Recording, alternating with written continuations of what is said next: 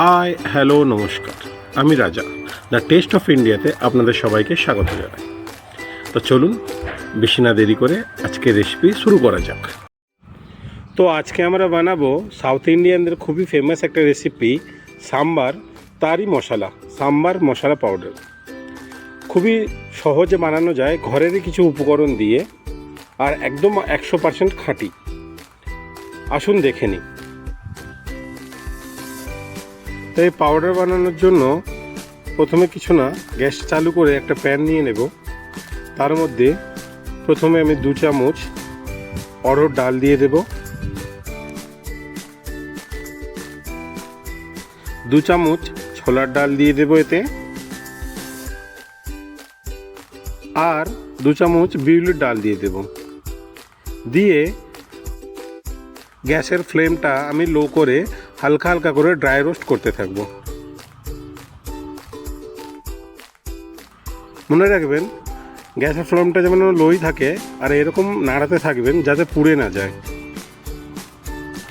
দেখুন কেমন হালকা করে রং বদলে গেছে। এবার আমি এটা একটা প্লেটে নামিয়ে নেব, নিয়ে ঠান্ডা হতে দেব। ততক্ষণ ডালটা ঠান্ডা হোক, আমরা গ্যাসে আবার প্যানটা বসিয়ে 2 টুকরো দালচিনি আর 3 চামচ ধনে দিয়ে আমরা এটাকে নাড়াতে থাকবো। আর গ্যাসের ফ্লেমটা আমরা লোই রাখবো, কেন কি গ্যাসের ফ্লেম যদি হাই করে দিই তাহলে আমাদের ধনেটা পুড়ে যাবে। এইভাবে নাড়াতে থাকতে হবে। এবার আমরা এতে অ্যাড করব 1 টিস্পুন গোলমরিচ, দিয়ে এরকমভাবে নাড়িয়ে নেব। তারপরে আমরা দিয়ে দেবো 1/2 টেবিল স্পুন জিরে। এবার আমরা এতে দিয়ে দেব 7 থেকে 8টা মতো শুকনো লঙ্কা, দিয়ে এভাবে একবার নাড়িয়ে দেব। এবার আমি এতে দিয়ে দেব 1/2 টেবিল স্পুন মতো সর্ষে আর 1/2 টেবিল স্পুন মতো মেথি। তারপরে আমি এতে কারি পাতাগুলোও দিয়ে দেব। কারি পাতাগুলো দিয়ে আস্তে আস্তে এইভাবে নাড়তে থাকবো। যতক্ষণ কারি পাতার রঙগুলো বদলে একদম শুকিয়ে না যাচ্ছে এরকমভাবে নাড়তে থাকবো। আর গ্যাসের ফ্লেমটা কিন্তু আমি এখনও কমিয়েই রেখেছি।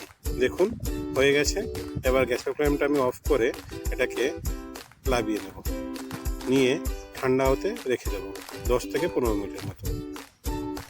তারপরে আমি এতে 1 চামচ মতো হলুদ আর 1 চামচ মতো হিং এতে মিলিয়ে দেব, দিয়ে এটাকে একটু মিশিয়ে দেবো। চামচ দিয়েই আমি এটাকে একটু মিশিয়ে দেব, দিয়ে ঠান্ডা হতে ছেড়ে দেব। দেখুন আমার এটা ঠান্ডা হয়ে গেছে। এবার আমি মিক্সিতে পিষে নেব এটাকে।